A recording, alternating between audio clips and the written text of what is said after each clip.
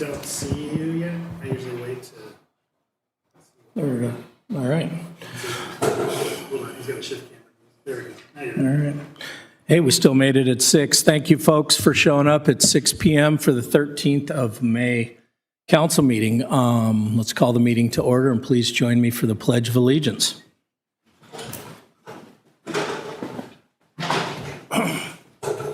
I pledge allegiance to the flag of the United States of America and to the republic for which it stands, one nation, under God, indivisible, with liberty and justice for all.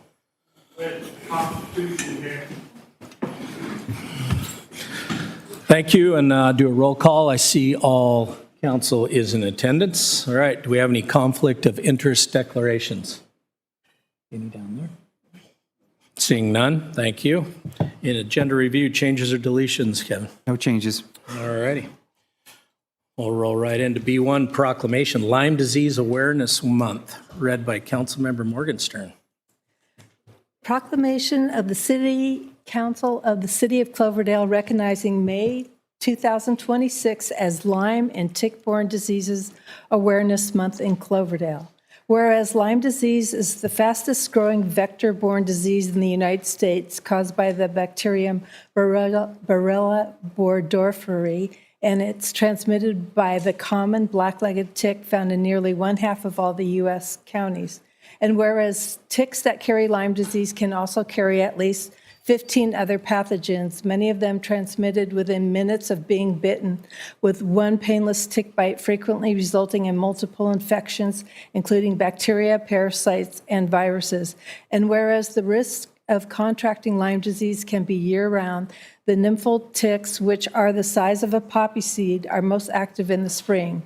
Tick bites are nearly painless, with fewer than 50% of patients with Lyme disease able to recall a tick bite and fewer than 50% reporting a bullseye rash. And whereas Lyme disease infects more than 300,000 people annually in the United States, yet testing for Lyme disease remains only 50% accurate, with the average patient going 2 or more years before getting a proper diagnosis. And whereas Lyme disease is an underreported illness, therefore the actual number of people with Lyme disease in Cloverdale is likely 10 times the reported number of cases. And whereas Lyme disease is a complex multi-system illness, which if caught early can be treated, but if left untreated can invade the nervous system, heart, and multiple organs of the body, causing years of pain, suffering, severe disability, and even death. And whereas children are the highest risk for contracting Lyme disease, it is the responsibility of every community to educate the public about the signs, symptoms, treatment, and how to prevent Lyme disease. And whereas the best protection against tick-borne diseases are prevention, education, and early treatment. Now, therefore, be it resolved that I, Vice Mayor Wheeler, do hereby proclaim May 2026 Lyme Disease Awareness Month in Cloverdale, dated May 13, 2006. Just one correction on that. Thank you, Councilmember Morgenstern. This was last year's. It had more information, and this is Councilmember Morgenstern's proclamation.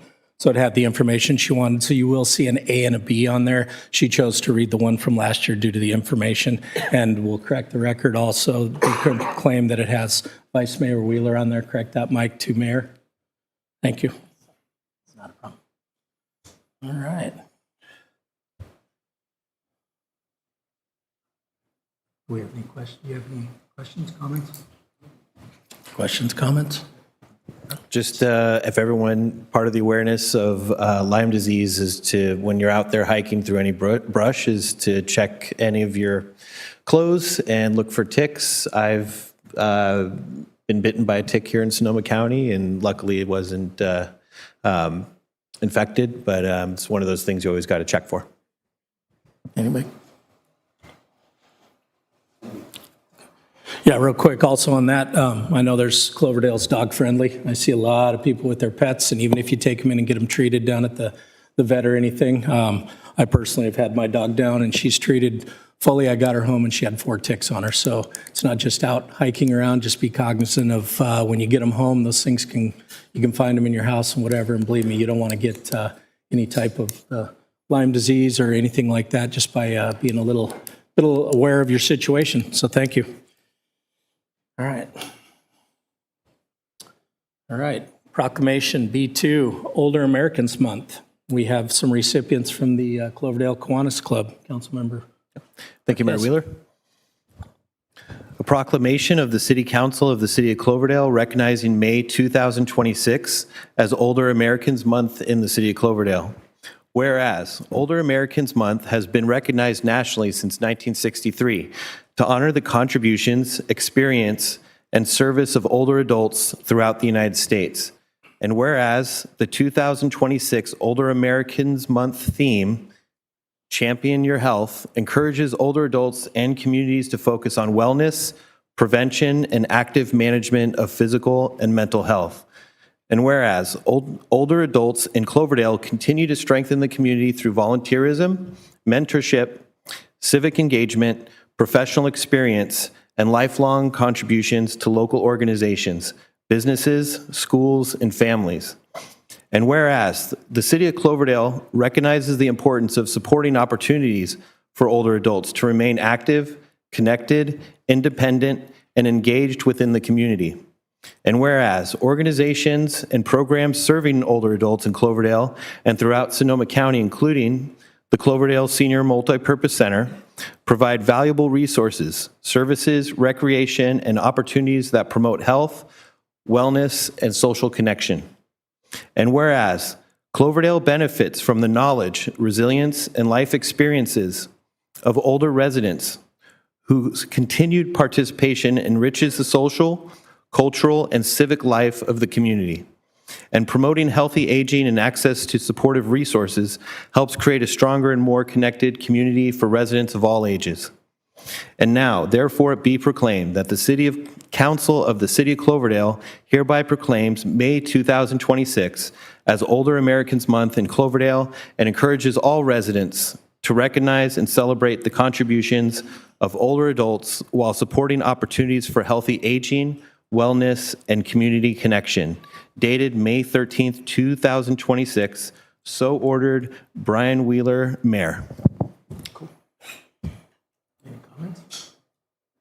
Well, I would like to thank the Kiwanis Club of Cloverdale for being here. The Kiwanis Club was a group of people that really welcomed me to Cloverdale. There's folks in the Kiwanis Club that are older than folks that I have in my own family, and so really gave me the experience to learn, be mentored, and learn a lot about Cloverdale and just their attitude of, you know, taking things easy, working together, and you'd be really amazed getting this group together on what they accomplished, seeing the events come together. There's always some pressure at the last minute that maybe is just in our minds, but when things come together, it happens. And if you've been to any of the Kiwanis events, you know what I'm talking about. So I'm proud to present the proclamation to the Kiwanis Club. Tonight, we have Michael Laird, Beverly Laird, Terry Chappelle, here to accept the award proclamation.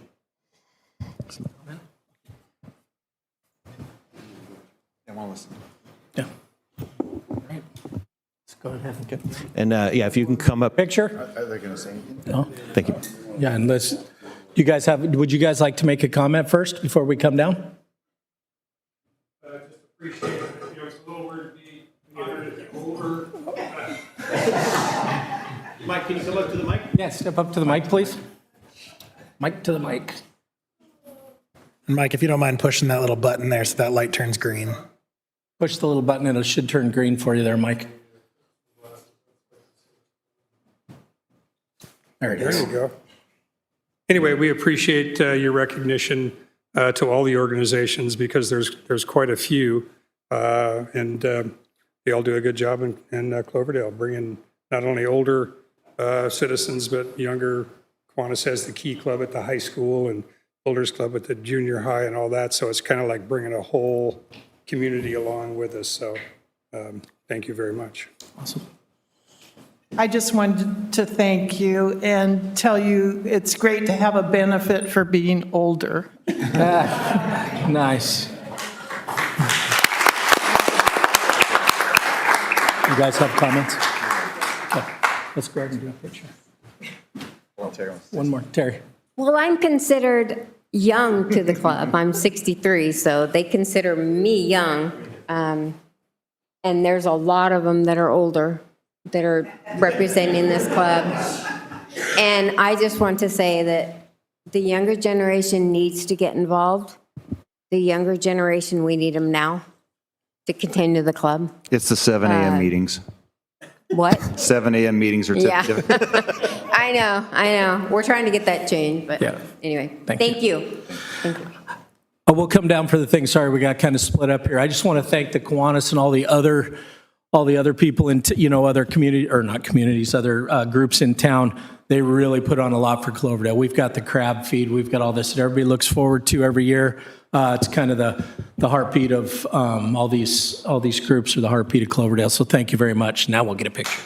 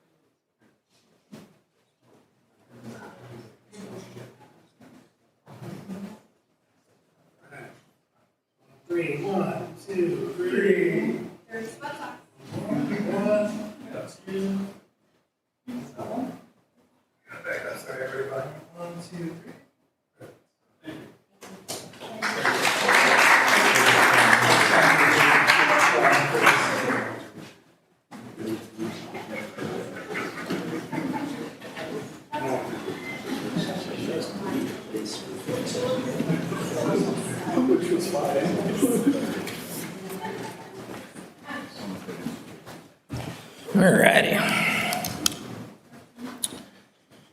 Oh, who's reading? Would somebody like to read? We're in B3, Proclamation National Municipal Clerks Week. Would somebody like to read that proclamation? No? It's online.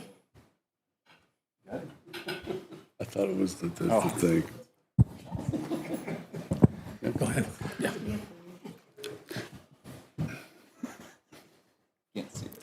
I know, it's a light stuff. A proclamation of the City Council of the City of Cloverdale recognizing May 3rd through the 9th, 2026 as Professional Municipal Clerks Week in Cloverdale.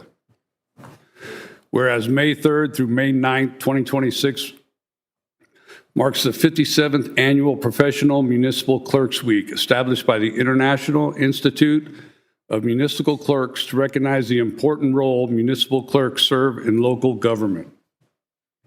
And whereas the office of the municipal clerk is one of the oldest and most essential functions of municipal government, serving as a professional link between residents, elected officials, and government agencies through the administration of public meetings, maintenance of official records, coordination of local elections, and support of transparent and accountable government processes. And whereas the Cloverdale City Clerk's Office serves as the liaison between the public and the City Council and helps preserve the public's trust in government by ensuring legislative actions, public records, legal notices, and official communications are accurate, accessible, and timely. And whereas in Cloverdale, the city clerk also serves as the city's PIO, Public Information Officer, charged with community engagement and helping ensure residents, businesses, media, and regional partners receive clear, consistent, timely, and accessible information regarding city programs, services, policies, events, and emergency communications. And whereas through public outreach initiatives, digital communications, emergency updates, and community engagement efforts, the Cloverdale City Clerk's Office helps strengthen transparency, civic participation, and trust between local government and the community.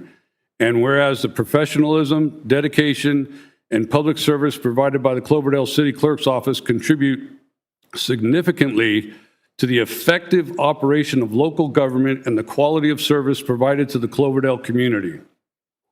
And now, therefore be it proclaimed that the City Council of the City of Cloverdale hereby recognizes May 3rd through the 9th, 2026 is Professional Municipal Clerks Week in Cloverdale and expresses appreciation to the Cloverdale City Clerk, Mike Maloney, for their commitment, professionalism, and dedicated service to the community. Dated May 13th, 2026, so ordered. Brian Wheeler, Mayor.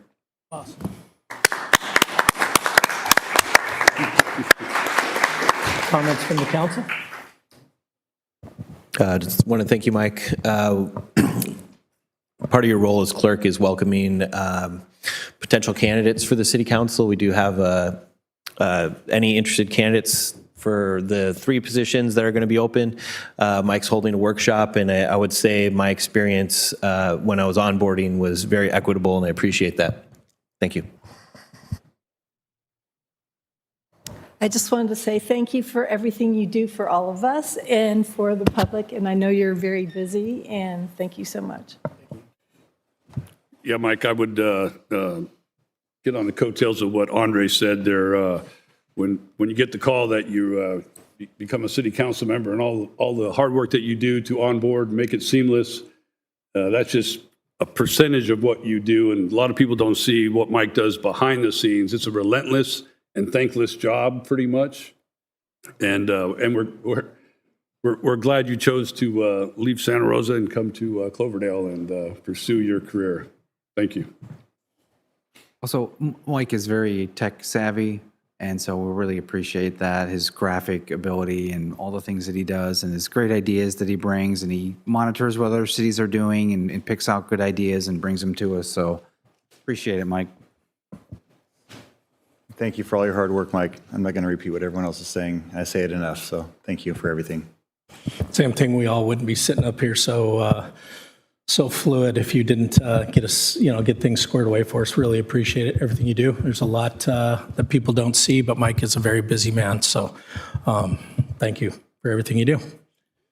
Want to get a picture? No, I don't, but can I address you guys? Yeah, I go will. ahead. Mayor Wheeler, and members of the council, thank you for the annual recognition. I truly appreciate the opportunity to accept the proclamation on behalf of myself and every city clerk that has ever served the community of Cloverdale. There's been quite a few. Since the last clerk week a year ago, my office has made major strides in record management, legislative operations, transparency, community engagement, and streamlining day-to-day operations. I'm proud of the accomplishments and continued progress despite our limited staffing and increasing demands that we recently discussed at our budget workshop. But as I look ahead at the goals, initiatives, and operational improvements still to come, I'm also proud of what got me here. As Councilmember Lasky mentioned, I started over in Santa Rosa. My first job was driving the train and lifeguarding at Howarth Park back in 2001. And I never imagined that 4 departments, multiple promotions, 2 municipalities, and 25 years later, I'd have the privilege of being Cloverdale City Clerk. When I first accepted the position, there was some natural imposter syndrome, but over the next 4 years, and this is where I like to give some metrics that I do every year at this opportunity. So over the next 4 years, including 21 ordinances, 359 resolutions, 106 proclamations, 272 agendas and minutes, a few cancellations, 361 social media posts on 2 platforms, 345 Public Records Act requests and counting, 4 policies, 2 elections, 3 conferences, 1 certification, and so much more. It's safe to say my confidence and knowledge has grown, but so has my drive to keep learning and enhancing this department, and my respect for public service and the crucial role that the clerk's office plays in local government. And I know I wouldn't be able to successfully navigate this office's responsibilities solo if it weren't for the administrative professionals that taught me how to clerk, including Sandy Bliss, Patty Pacheco-Gregg, Daisy Gomez, Stephanie Williams, and Dina Manis, and the continued support and collaboration from all the current clerks throughout Sonoma County. Lastly, I want to thank our small but mighty staff.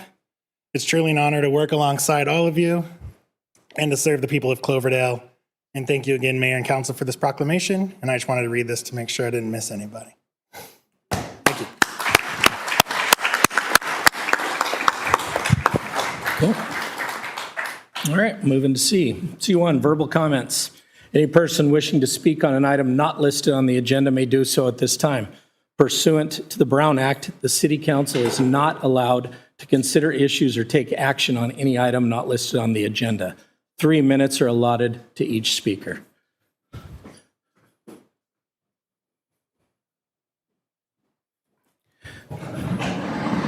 And when you guys come up, could you please state your name for the record? Thank you. Yes. My name is Jennifer Sullivan. I'm a resident of Cloverdale. So the documents that I've given to the city council, the city manager, they're all from the Regional Water Board. The first one is to Esmeralda Principal Michael Yarney from the Water Board. And there's a bit in it that says, we have concerns about possible mobilization of PCP impacted groundwater along fractured and faulted bedrock if a large water supply well is installed on the site anywhere near the restricted groundwater area. The second is an October 9th email with instructions on how to notify of the public comment period, which would begin only 2 weeks after this email was sent out on October 27th. And it says, owners and occupants of the property impacted by the contaminant release and the owners of the occupants of all parcels adjacent to the site. So these people were supposed to be notified.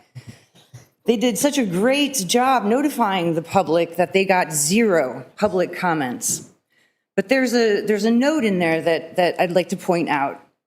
It states, note that case closure does not necessarily mean all contamination has been remediated, but rather that this agency would not require further work regarding the contamination.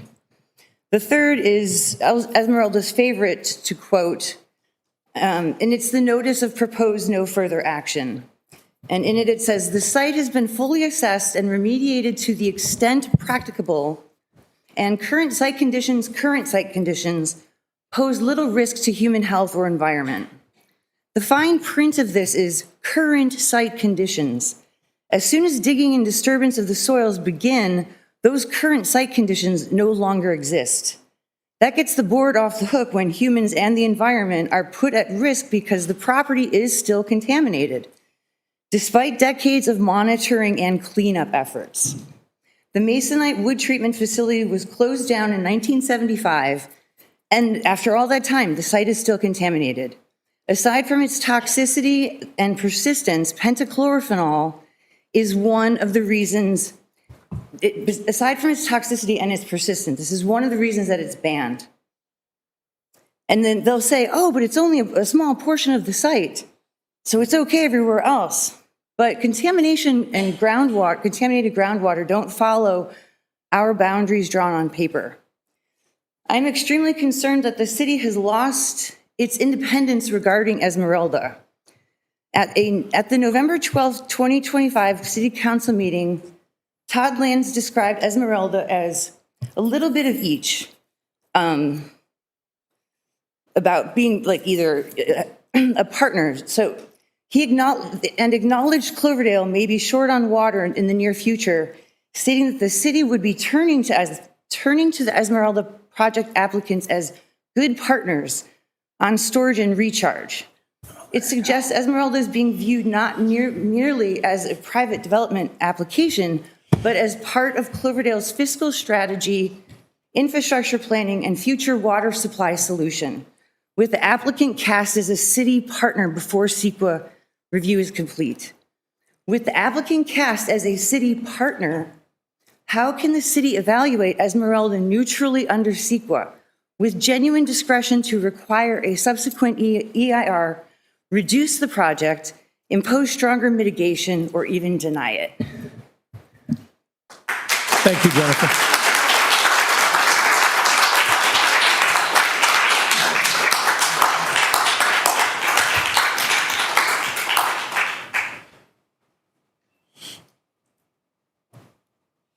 My name is Angela Cordova.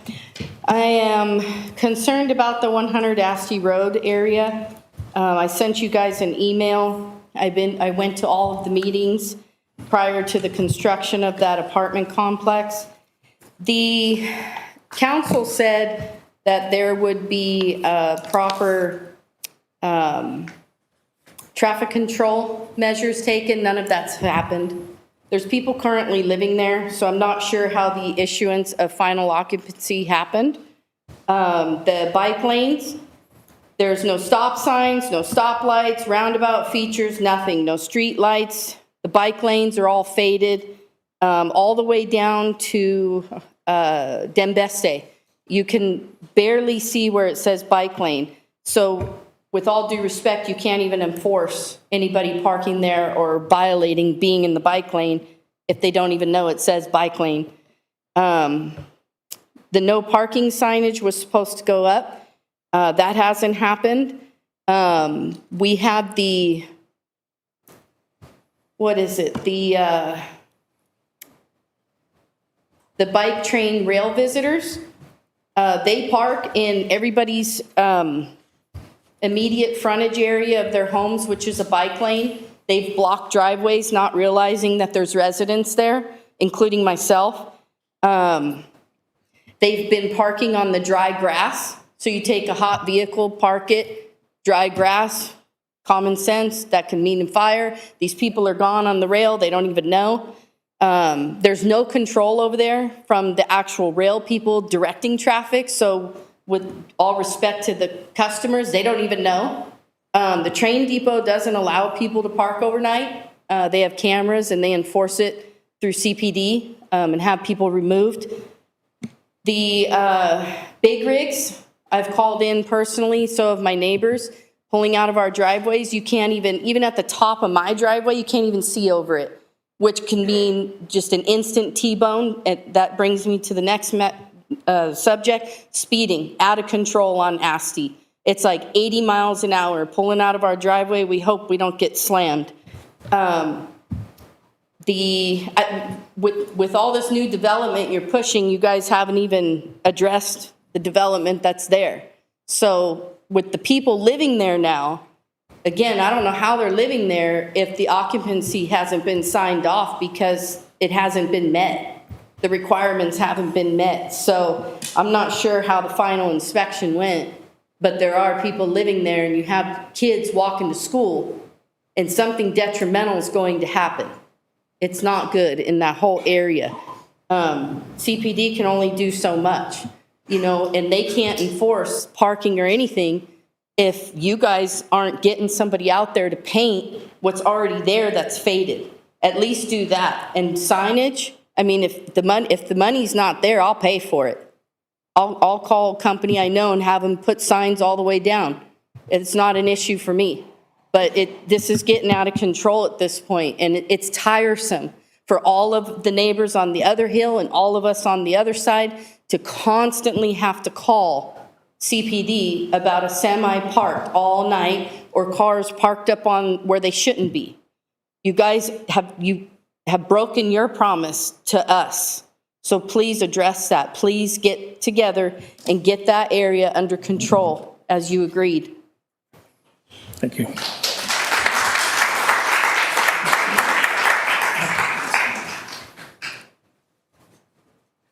Just off the old sign from 5 years ago. Rob, you can keep it with you up there. My name is Rob Kozlowski. I'm a resident of Cloverdale. Thank you for your time. I asked the mayor and city clerk for the okay to present a citizen's counterproposal on water rates in response to the paid consultant's latest water rate study, which is costing us $80,000. My request to share these draft suggestions with the public, either as item E2 on today's agenda or during my public comment section now, was nixed. Showing anything on that screen up there required prior vetting, plus it would interfere with the 3-minute countdown clock, which is going fast. The consultant's water rate study calls for more double-digit water rate increases. This 40% increase on top of the last 76% rate increase more than doubles residents' water bills. Not only that, but Cloverdale has climbed the rankings from the city with the most cost-effective water bills to the city with the most expensive water bills. Cloverdale moved from cost parity with the town of Windsor in 2021 to 157% higher in 5 years and almost double the water rates of Santa Rosa. Since I can't share these slides with you, the citizens' counterproposal can be found under today's public comment section that Mike included. That posting contains all of the details of this proposal. Now, with the study that was done, such a nonsensical rate increase of the past and now planned has made Cloverdale the city with that most expensive water rates, not only in Sonoma County, but also in Mendocino. Plus, the water department is flush with cash and still no shovel-ready projects. In talking with residents, another double-digit rate increase on top of the earlier double-digit water rate increase flies in the face of affordability and transparency, especially since the water department currently has an actual $7.2 million bank account balance. So what is a citizen's counterproposal specifically? Defer water and wastewater rates for at least 1 year until this capital spending is figured out. That means no water rate increase or possibly a rate decrease for this coming fiscal year, 26-27. Then revisit the water enterprise budget for year 2 of the current 2-year budget cycle. Concurrently, reduce the wastewater enterprise budget by 10% for fiscal 26-27, owing to revenue significantly exceeding current costs. Furthermore, change the bad habit of 5-year wastewater rate increases. This means no more 5-year windows of water and wastewater charges. Instead, align any future increases with the 2-year budget cycle recently adopted by the city, which makes sense. Residents want the city to focus on progress for mandated and necessary projects identified 5 years ago. Fiscal scrutiny is critical too. Avoid more debt financing and avoid spending future water, wastewater enterprise dollars for non-water related projects such as solar energy and air conditioning systems. As a number of residents already wrote to the city, there is no solid justification consistent with Proposition 218 for another round of double water rate increases. Thank you for your time.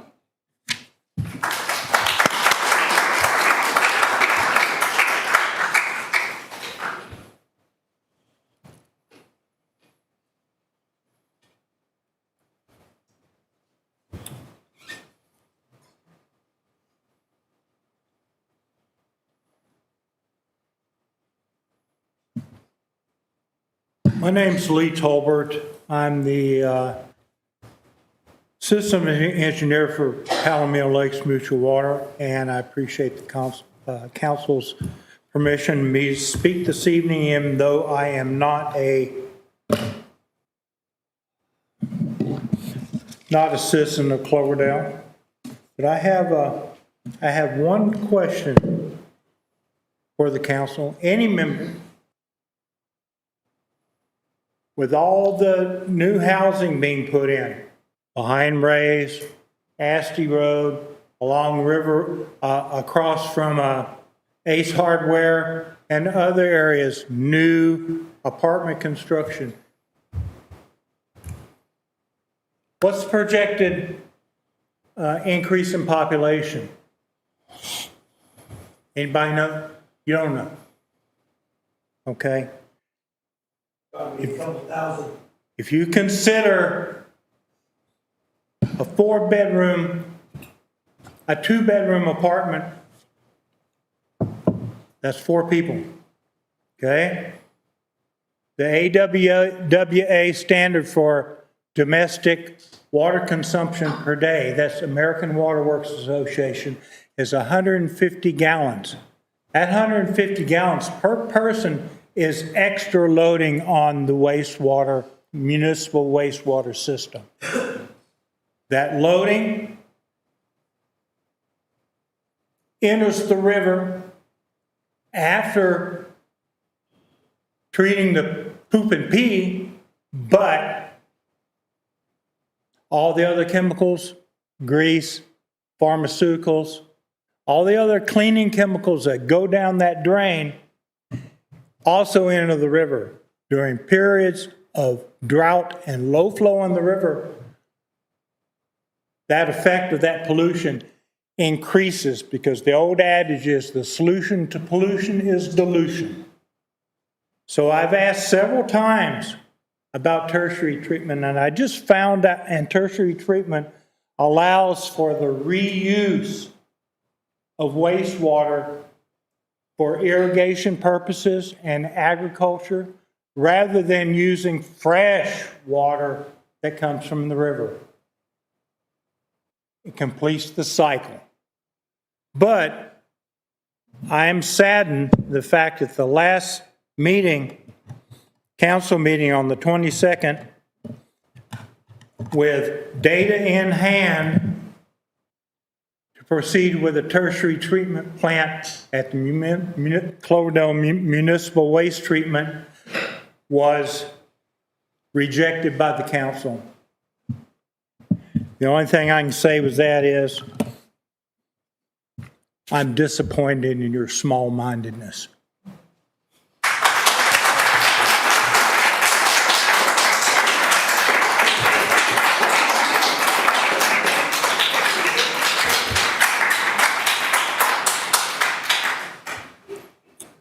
Right, any other public comment?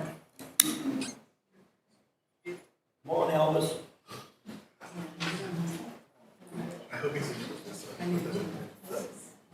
Well, I'm hoping I'm going to bring a little bit of levity. Most of y'all probably won't like what I have to say. That's all right.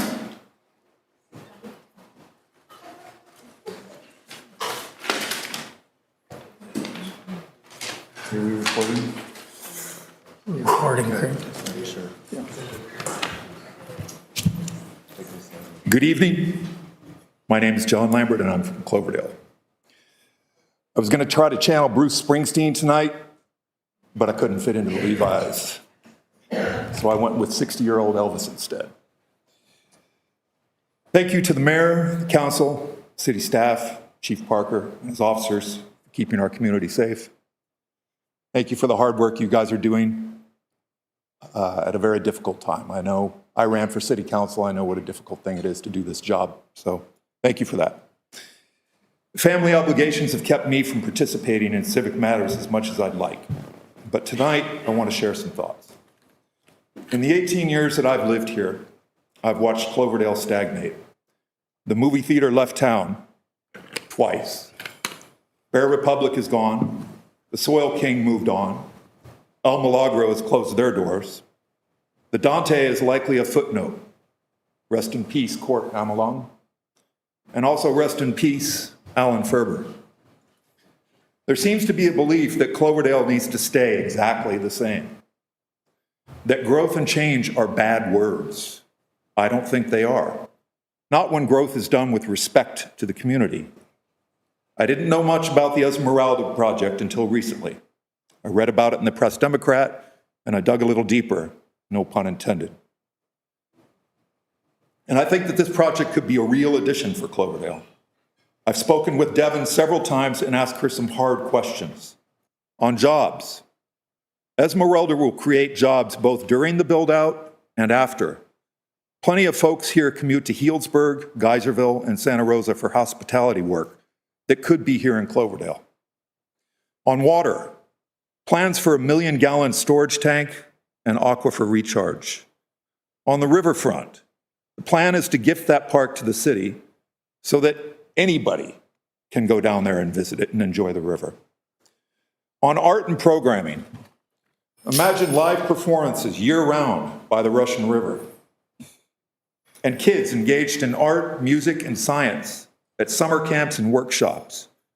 These programs would be open to all Cloverdalians, not just Esmeralda residents. Will this project help fill our empty retail spaces? No. I believe it will. I don't see it as competition. I think we're all on the same team. Will it prevent big box retail and giant parking lots from ruining our small town? Yes. Will it help speed up the arrival of the SMART train? Likely yes.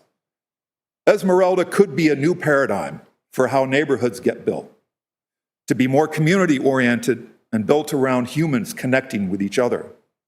It would be amazing if it happened here in Cloverdale first. If any of you are wondering why it is called Esmeralda, Esmeralda means emerald in Spanish, and that's a nod to the local heritage. I'll close with this. Space, the final frontier. These are the voyages of the starship Cloverdale. Its mission, to boldly go where no city has gone before. I'd like to invite you all to come down to karaoke at the Railroad Bar and Grill tonight. We're going to have some fun. That's every Wednesday night. And I'd like to say thank you to the council for having me tonight in my silly outfit. Thank you very much. Good night.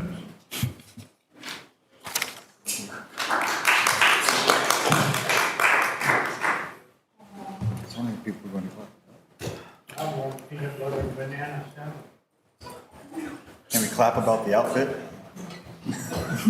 Right.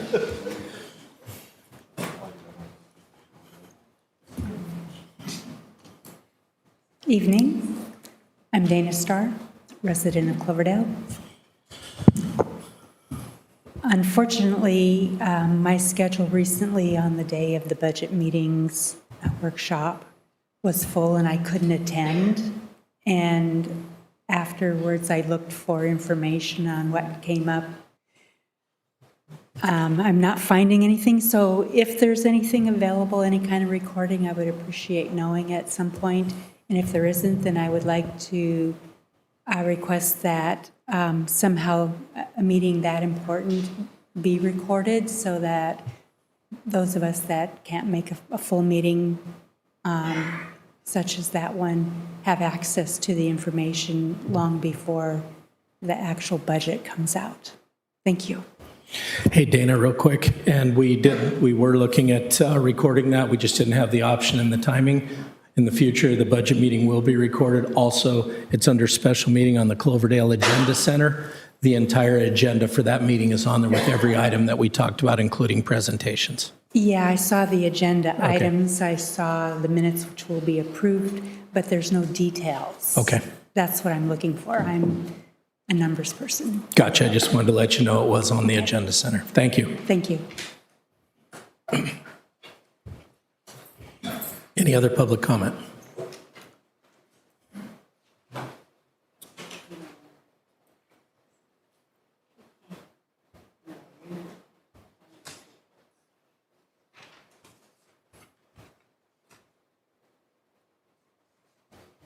Hi, my name is Marie Giacalone. I moved here in 1984. My daughters went to school here, and my grandchildren go to school here now, too. I'm very concerned about the water problems and especially the contamination. I can't believe you guys are not getting an EIR. But just my observation from the way Cloverdale has grown so much. When I used to pick up my daughters at school, at Jefferson specifically, I could drive up to the school and pick them up. I could walk in easily. Even my 15-year-old granddaughter, when I would pick her up, I could still park in the parking lot there. Now, in order to pick up the kids, I have to get there at least half an hour ahead of time in order to park a block away. Sometimes that is not enough. That project on Asti Road, I don't know how that's going to affect the schools, but I'm sure it's a lot. I think it's really unfortunate that that you guys are not getting an EIR because all of these things need to be considered. I mean, this is your moment. You are the city council. The people elected you to protect them and to keep this city good and to get a little cheap influx of money. You're selling the future away. And this is your moment. I hope that you are all really going to be responsible because you are responsible for what happens. Thank you. Thank you.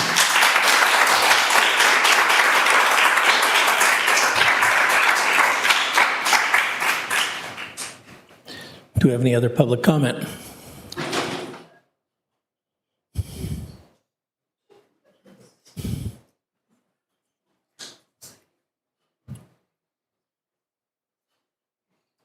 Good evening, Jude Gibson,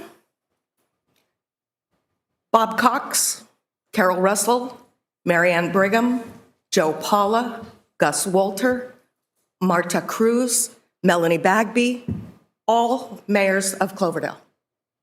I don't know why the decision was made to undemocratically switch the way the system worked of rotating each session as to who became mayor for the year, to give that council person some support, some knowledge, some community time, but to have the same people as mayor and vice mayor for an extended period of time feels like a thumb on the scale of democracy. We have 3 new slots coming up. I hope that this is the last time that this happens.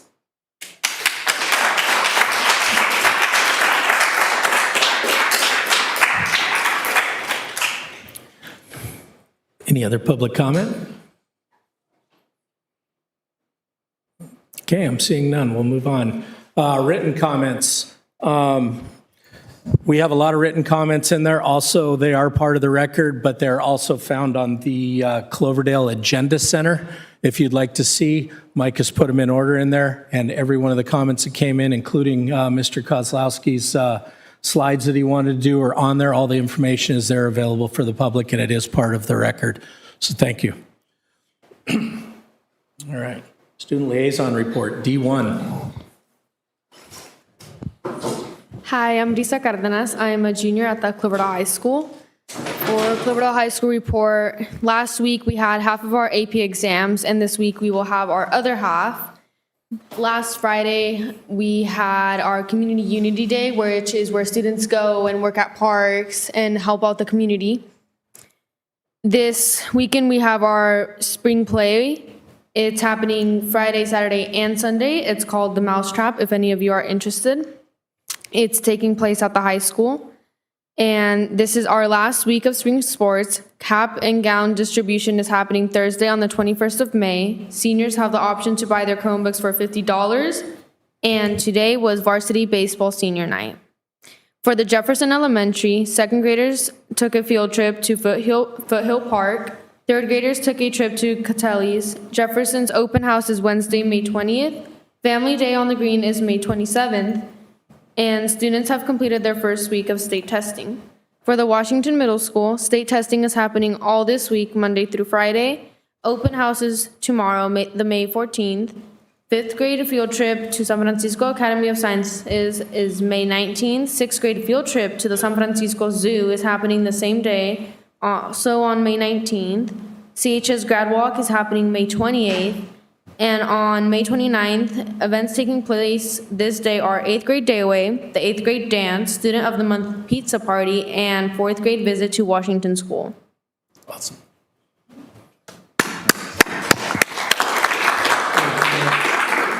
Any comments from the council?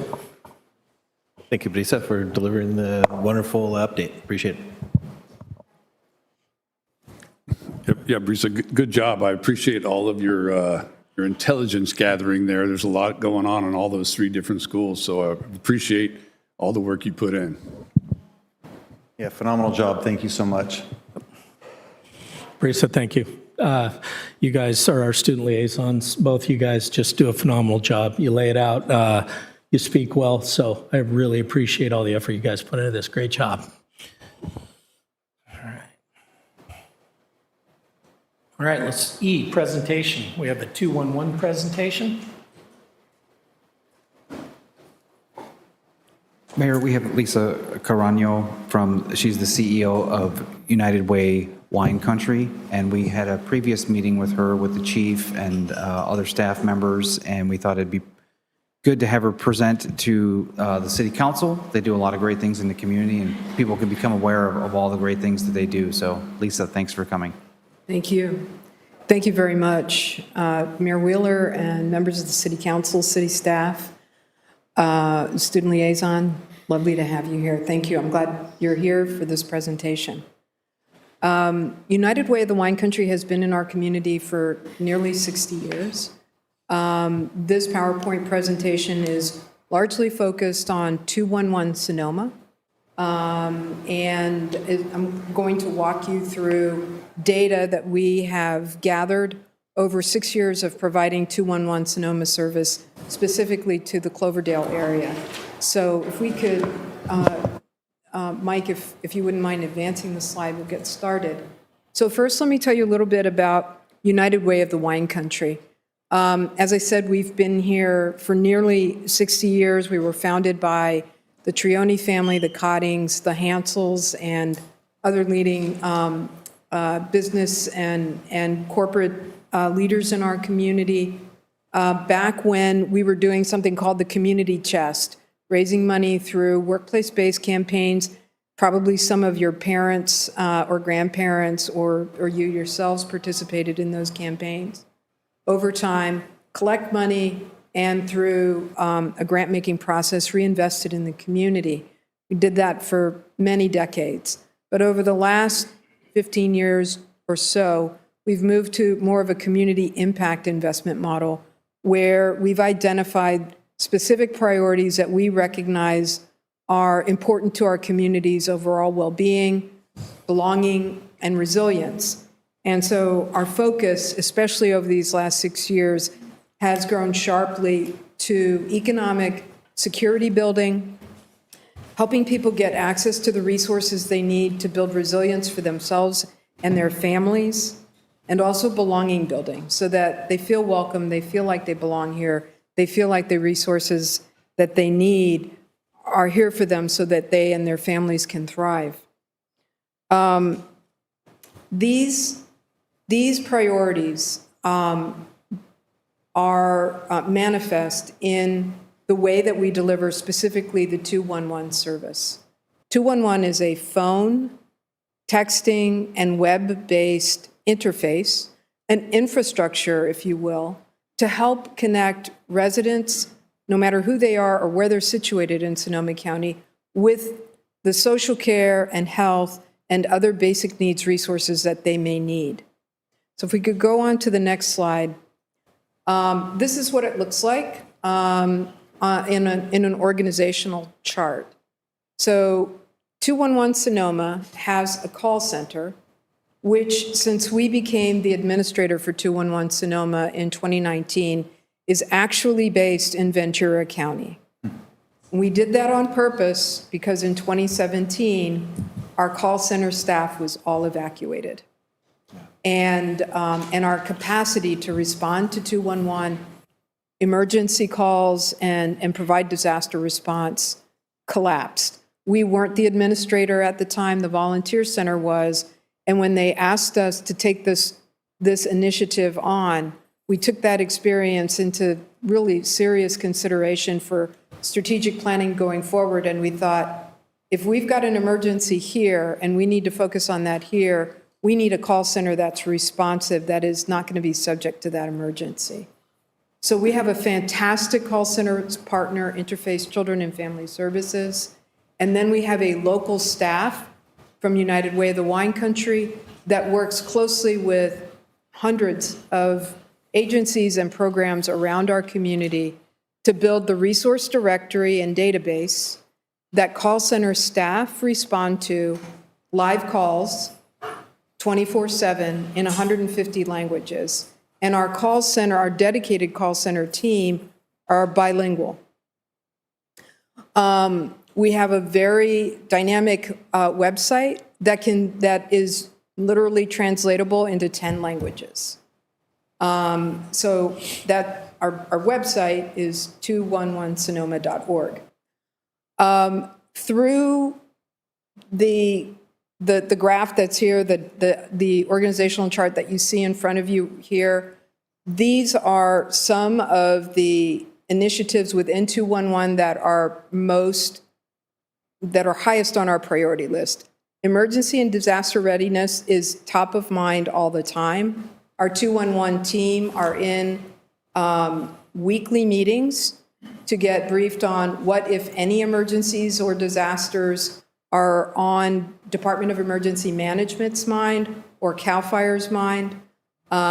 We get weather reports. We begin planning for extreme weather, extreme cold, and extreme heat as soon as we get notification from our partners in the weather management community, so to speak.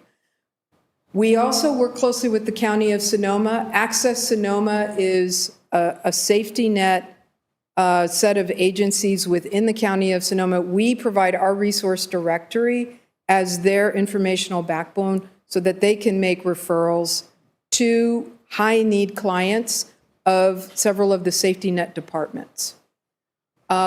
We have been doing CalFresh eligibility applications since 2019.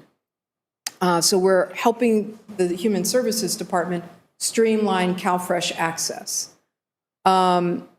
We have a couple of additional new initiatives that we've just launched in the last couple months. Text Food, Text Comida is a telephone number that you can text to get access to information about local food in your zip code. So that has merged, it's been acquired by 211 Sonoma. It went live as a 211 Sonoma asset on February 11th. And in these last 12 weeks or so, we've had over 230 individuals reach out for emergency access to food where they are. Ride United is another new initiative. We launched it quietly in November. It is funded by Lyft. It is a ride access program that helps people who have economic need, people who have access and functional need, get to and from, through rideshare, through Lyft, essential appointments that they absolutely need to get to. Medical appointments, eligibility appointments, employment appointments when they're trying to get jobs, school appointments. The liftoff for Lyft for Ride United was quiet in the beginning during the winter months, but over the last several weeks, the demand for access to transportation assistance has really skyrocketed. And I think we can easily attribute that to what's happening with gas prices and access to other people who are perhaps giving them rides who can no longer do that. We were allocated literally $6,750 for that pilot for 250 rides, and as of today, we have scheduled over 200 rides. So at the rate that we're going right now, 8 to 10 rides a week, 8 to 10 rides a day, we're going to probably exhaust the resources that we have by the end of next week for a program that was supposed to get us through August. So Kiwanis have left the room, but we're actually preparing a service club presentation with the assistance of some volunteers to see if a consortium of Kiwanis clubs could help us piece together Ride United for the rest of the summer, especially during the high fire season. Let's go on to the next slide. I'm conscious of the time, and I want to get to some data. So over the last 6 years, we've responded to over 150,000 contacts. That's live contacts in our call center, provided over 150,000 referrals. We've had over 1 million individuals using our website to securely search for the resources they need whenever they need to do that. The majority of our clients are female. They're Latina or Caucasian, and they're usually over 50, and they're usually doing caregiving in 2 generational directions. So let's go on to the next slide. So what we're experiencing through 211 is, in real time, a snapshot into how persistent and consistent our community has urgent needs, specifically around housing, income support, food, healthcare, energy assistance, legal assistance, and then in emergencies. Any number of those things or all of those things. And what the data is showing us, and we're about to get to the Cloverdale data, is over a 6-year period of time, the needs that are presented are more complex. And in fact, we're spending twice as much time taking those calls with each call as we did in 2019 when we first became the administrator. Let's go on to the next slide. So this is the Cloverdale profile. If we go to the next slide, we will see numbers of clients, contacts up in this area, 1,557 contacts, 2,265 referrals. You can see that the age group breakdown is more than half of our callers are 50 years of age or older, and 75% of our callers are females. The type of call by and large, nearly 80% are standard information and referrals calls, 21% are disaster calls. Let's keep going. The breakdown in this region, basically half of our callers are from our Latino community. The other half of our callers are from our Caucasian community, and smaller percentages of African American, Native American, Asian, Pacific Islanders are calling, but mostly it's the Latine and white community that needs our help. Let's continue. I want to get to what the areas of need are. So this graph shows us how persistently over the entire 6-year period, housing is the #1 need by double the need for economic assistance. And right behind that is the need for food and meals.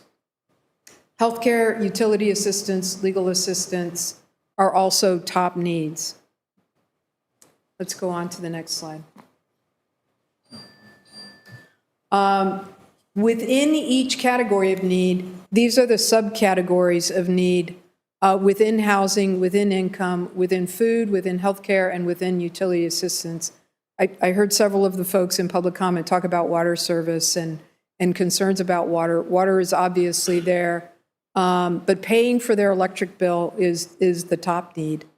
In healthcare, the top need is Medi-Cal eligibility.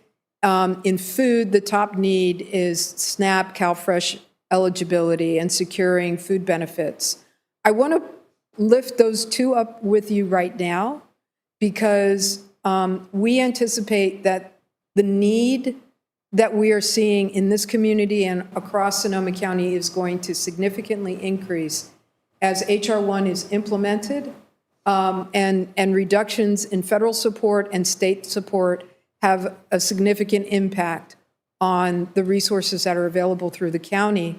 And also, the changes in eligibility requirements will significantly impact county staff that are under-resourced to manage the changes in the eligibility requirements. So, income support and housing are interrelated. Folks who need to decide, between paying for their housing, paying for their medical, buying food, that's real. So let's carry on to the next slide. I wanted to spend some time here. When we saw the numbers of contacts between these two periods, July 1, 2019 and December 31, 2025, under 1,500 contacts or around 1,500 contacts from Cloverdale is, relatively speaking, not a lot of contacts. 2,200 referrals, not a lot of referrals. 211 Sonoma is not well known in the north part of the county, but it could be and it should be, because I know that this is a community that has acute need, and we ought to be a resource to the city, which is what initiated our coming to you and saying, how can we work more closely together in order to get your citizens connected to the resources that they need when they need them?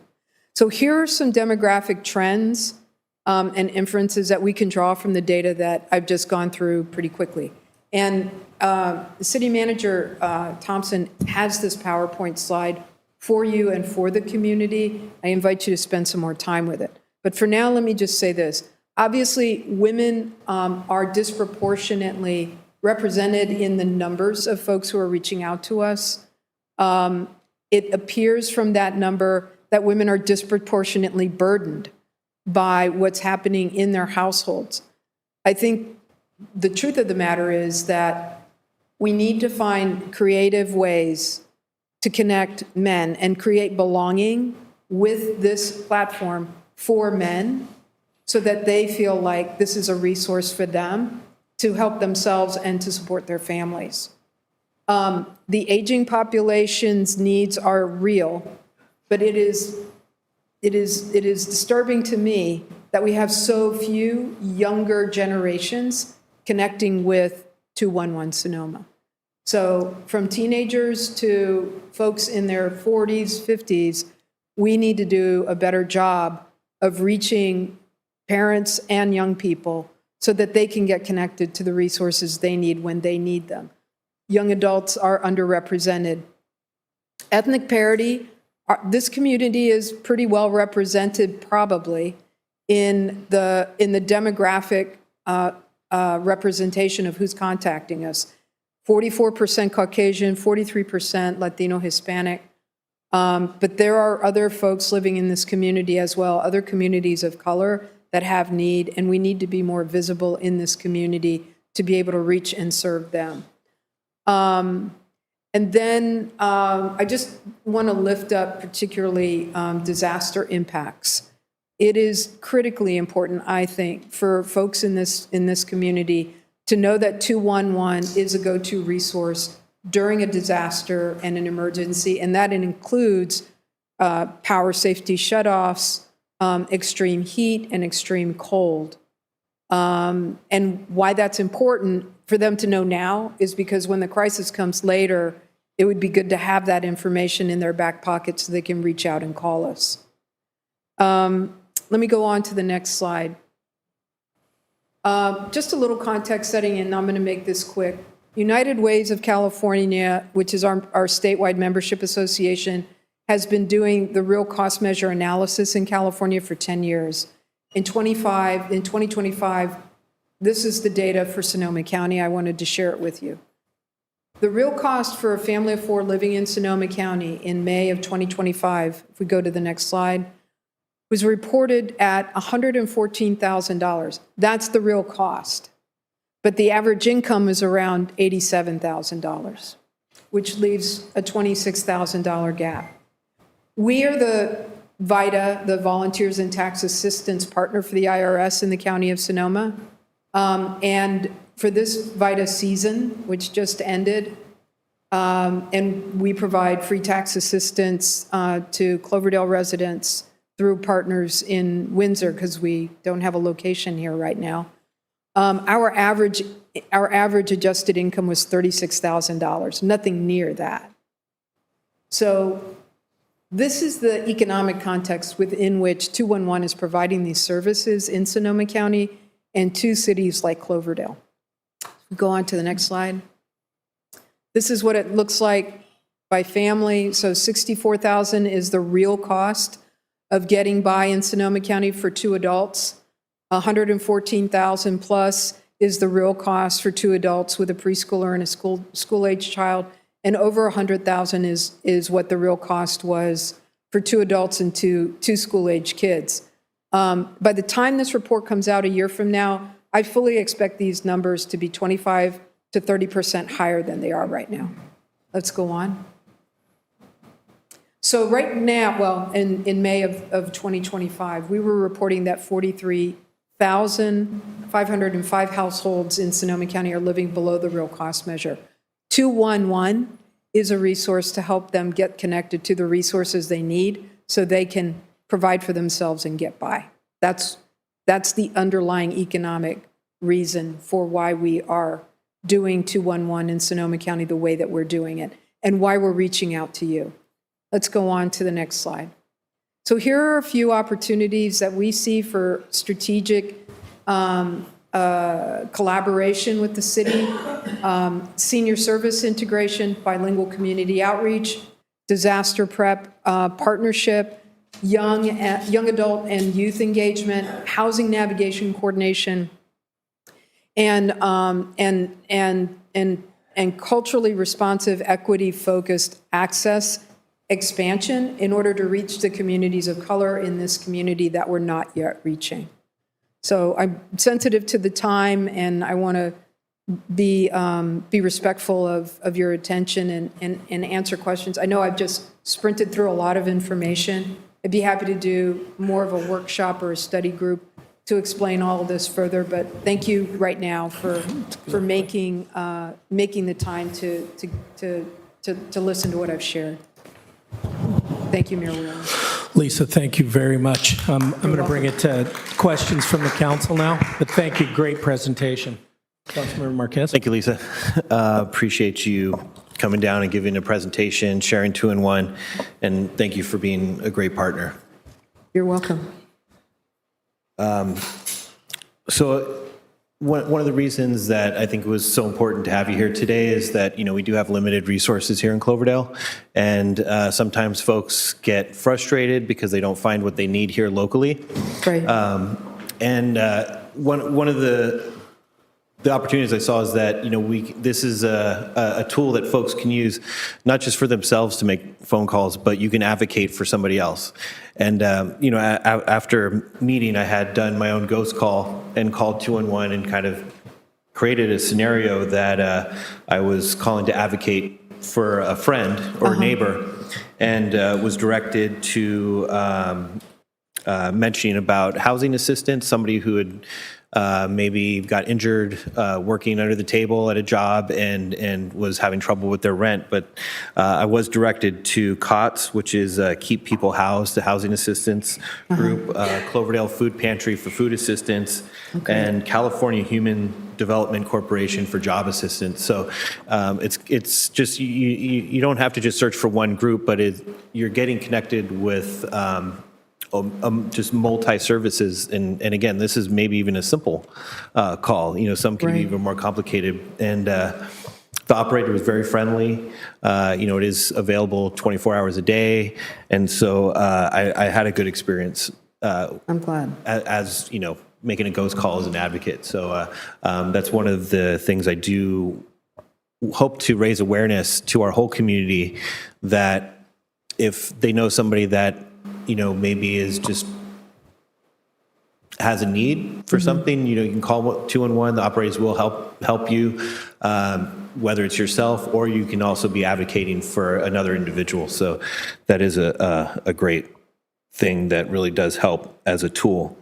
The question I had was, in case of like a disaster and there was like an overload of calls, how would you handle that? Right. So we have mutual aid agreements with call centers all around the state of California and outside of the state of California. In fact, when we had, so we became the administrator for 211 Sonoma officially on June 1st, 2019. And around October 23rd is when the Kincaid fire happened. And I think you'll remember that 40% of the county was evacuated.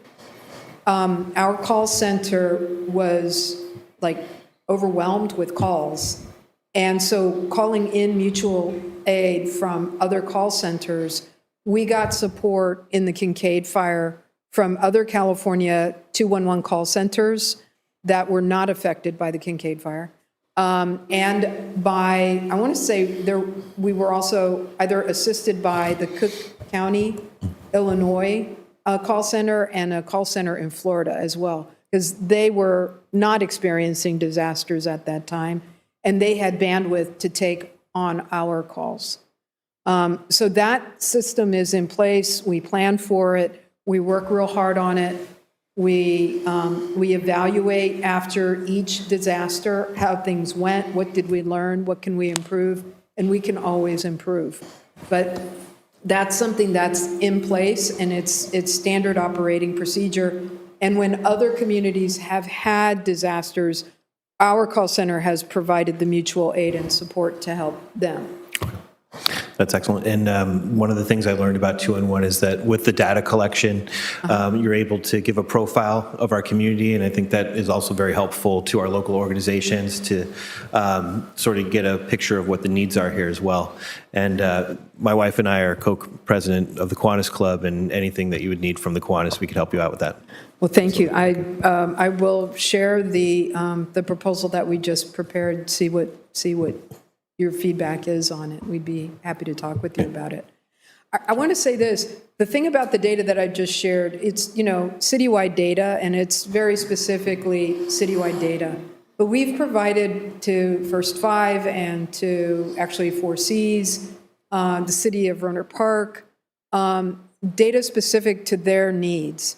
So to the extent that, and now for Sonoma Valley, they were particularly interested in data about their population that are 60 years of age and older, because there's such a high concentration of older residents in all of the Sonoma Valley zip codes. So we can tailor the data analysis that we're doing about community need. And what I think is especially powerful about the 211 data is it's the voice of our community telling us what they need. It's not somebody speaking for our community. And so I've got stories here that I could share with you about people struggling with housing instability, people struggling with financial needs, people struggling with food insecurity. These are very typical calls. For example, callers frequently are calling for assistance to apply for CalFresh, and they need that help because it is so confusing to apply for benefits, and made more confusing now by eligibility changes. So to the extent that you have curiosity about what's going on with your residents and want to segment that information, we can segment that data. Thank you. You're welcome. Yes, sir. Yeah, thank you so much for your presentation. It sounds like well, what I'm hearing is you've got a wealth of information, you've got a bunch of resources behind you, and you want the public to use them. Right. And you're here to promote it, and I think that's awesome for United Way to step up and do that. And I think along with like flyers, I don't know, maybe we can get a link to your site on our site because people need a resource or a way to find you. And then that could be, one step to find you. And then I heard you talk about Ride United and transportation, and I know I always see somebody's always in need of a ride to medical appointments and whatnot, Right. and that'd be great to get out to the, like you say, the elderly community or anybody in the community that needs a ride to medical appointments and whatnot. So beyond everything else you do, I can just see anxiety and somebody not knowing how they're going to get there. And 211, great resource. So appreciate what you do. Thank you. Thank you very much. Thank you. Thank you. I want to start by saying you're amazing. Thank you. Thanks. Thank you for what you're doing for our community. It's truly amazing, and it's a great feature that you have, and we can't thank you enough. Thank you. It's a privilege to do this work, Mr. Vice Mayor. Believe me, I feel very privileged and blessed to do what I do. We're always looking for solutions, and you've created some of them, and that's amazing, and we're just thankful. Thank you. I know County of Sonoma has a program, you mentioned it as well. Are there differences between your program and theirs that they have? They have their info line that they set up recently. So you're talking about County of Sonoma's Open Doors information line, Yes, right? ma'am. So there's Access Sonoma, there's Open Doors, and there's 565 Info, which Correct. I believe is providing senior resources, Yes. right? They are all informed by the 211 resource database. Then when I say informed, what I mean is we entered into a data sharing agreement with the County of Sonoma 3 or 4 years ago with the assistance of IBM Technology when the county was creating the Access Sonoma API. And through that API, they have a key that helps them download the resources from our 211 database. Nice. So that they can make that information available through the Open Doors website, and also, as I said earlier, to the staff who are part of the safety net working with high-need county clients. That's Access Sonoma. Unfortunately, the county isn't going to fund 211 Sonoma as of July 1st of this year. The funding that we have been getting is needed in the Human Services Department to be able to meet the budget demands of their changing revenue structure. So I'm working on finding alternative funding in order to keep this platform going and continue to collaborate with the county in that way. And it's only going to get worse with HR 1. We know that there's a County's budget is over $2 billion, but only 900 million of it is actual money. The rest of it's pass-through money from the federal government and state government. And HR 1 is the big beautiful bill is the other name for it. And so it's money that we don't get to see, but it's basically called unfunded mandates. And so what happens is we're not going to see money that we're going to have to do things for now, and we lose good programs like this in the meantime. What I would be interested in is with the master plan on aging and things that we're working on here, and our population being over 60% 55 and over, and low income here, very high percentage of low income.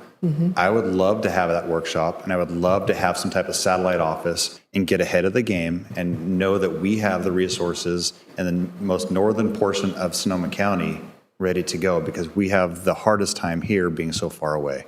So I would absolutely be willing to do whatever it takes to get you here in a workshop and figure out ways to help you fund and help our community with your services. Thank you very much. I appreciate that invitation. We actually work very closely with La Familia Sana, and they're a fantastic partner for this kind of community outreach and engagement. And actually, I spoke with their executive director today about reestablishing a tax site up here, because, quite honestly, when your average income is $36,000, and you are able to access your refunds, your tax credits, plus save an average of $300 on a paid tax preparer, that's money that you're putting in your pocket for your household's needs, but importantly, you're also spending it locally. And for every dollar that you spend locally has an $8 multiplier effect. So that's good for them, that's good for each household, but it's good for the city as well. So we're excited about actually seeking funding from the IRS and other financial partners to help us with that expansion. Thank you so much, and thank La Familia Sana as well on our behalf. Will do. Thank you. Thank you. Lisa, thank you very much. I was going right down my list, just striking off the questions that I have. Okay. These guys have all, this council's on top of it, and Vice Mayor stole mine. The one thing. Yes, sir. The workshop is the one, and I'm just going to say that again, whatever we can do to help you get up here, that would be awesome. We're excited to do We're an it. island up here, and we need the representation to be great. But also, that's one of the hot items when you mention HR 1. We actually have tomorrow over in Sonoma, one of the board of directors, all the mayors getting together to discuss how to manage that and the effects of HR 1 in Sonoma County. It's just the beginning process of it, but it is being talked about because we know how that's going to affect so many different things. But 211, you guys are awesome. Thank you very much. Thank you. And if I may ask a favor in tomorrow's meeting? Yeah. If you don't mind advocating for 211 in that space to all of the cities. We've done this presentation for the city of Rohnert Park and met with similar enthusiasm, and we're very grateful. But nothing is more important, I think, than a trusted messenger giving information to friends and colleagues, and I'd appreciate it if on our behalf, you could share what we've shared with you today, is we desperately want to close the gap between the residents of our cities and their needs, so that they really can thrive. Cool. Thank you, Lisa. Yeah, thank you.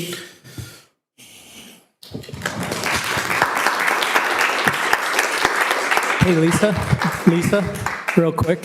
I want to run it to the public too, see if we have any public comments on this and maybe answer some questions. Do we have any comments from the public on this item? Yeah, absolutely. Great presentation. There you go. Any questions? Yes, ma'am. Is this available all throughout Cloverdale now? This is a countywide service. You can pull your phone out and dial 211 and call you'll be connected with our call center. Or you can go to our website, 211sonoma.org, and surf around in there. And I'll just say this, for those of you who are data freaks, there's an interactives report page that's powered by Power BI. And from your desktop right now, you could go to that page and click on zip codes, click on populations, and see in Cloverdale and Asti and Geyserville what has been happening and fit it to the time frame that you're interested. So it's a fantastic Very website. cool. Yeah. Thank you again. Thank you again.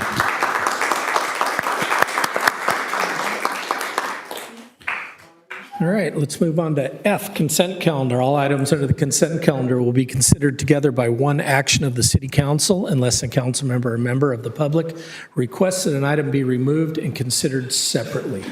Do we have anybody from the public that would like to remove or pull an item? Seeing none, anybody from the council? Yes, Mayor, I'd like to pull item F2. Okay. So do we have a motion for items F1 and F3? I'll make a motion to move consent calendar items F1 and F3. I'll second. Okay, motion passes. Take it to a vote, Mike.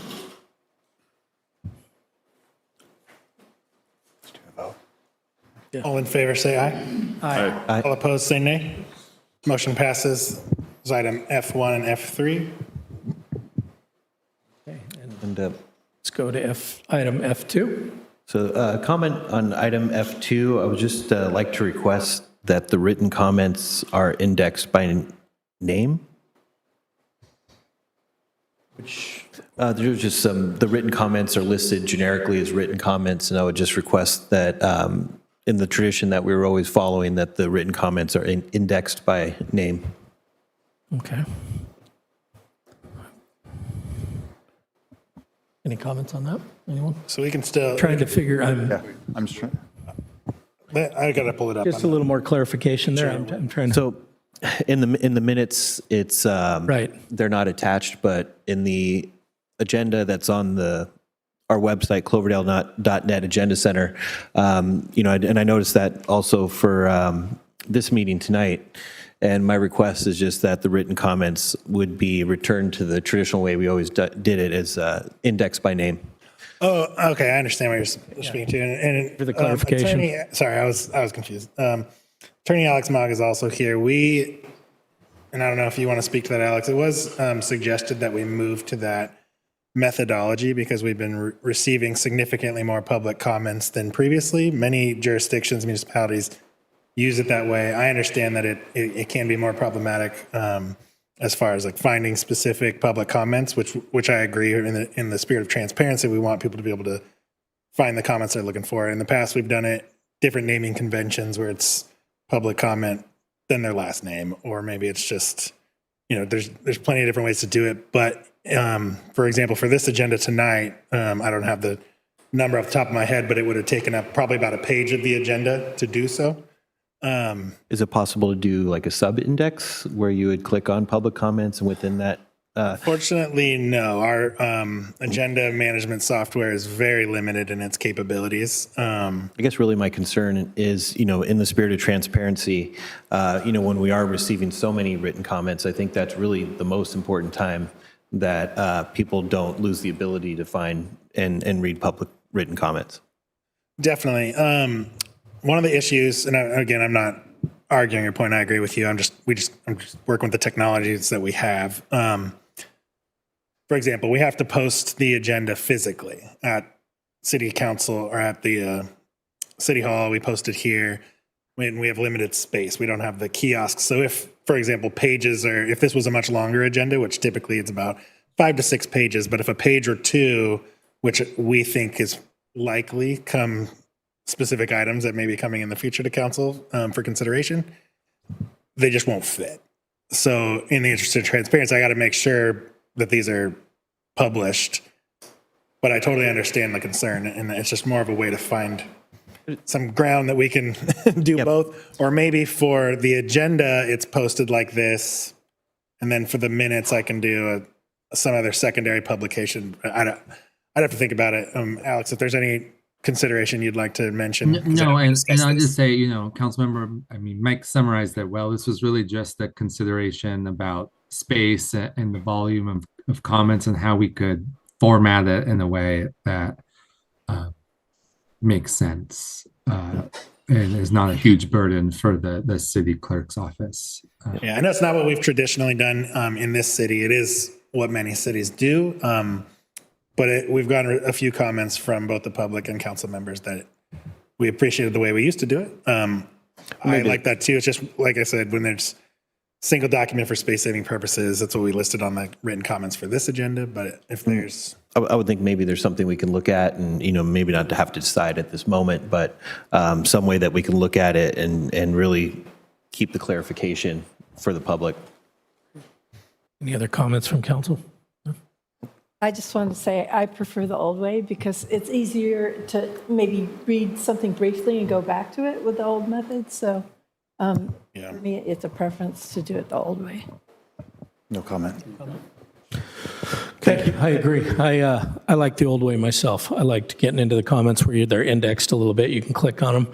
I know it's a space thing. I understand that, but with some of the items coming up in the near future, there's going to be a lot of them. It is going to be a space thing, but it's a transparency thing, so people can click on it and kind of organize the comments a little more, or be able to find them rapidly. So I'd like to go ahead and try to go back to the old way on that too.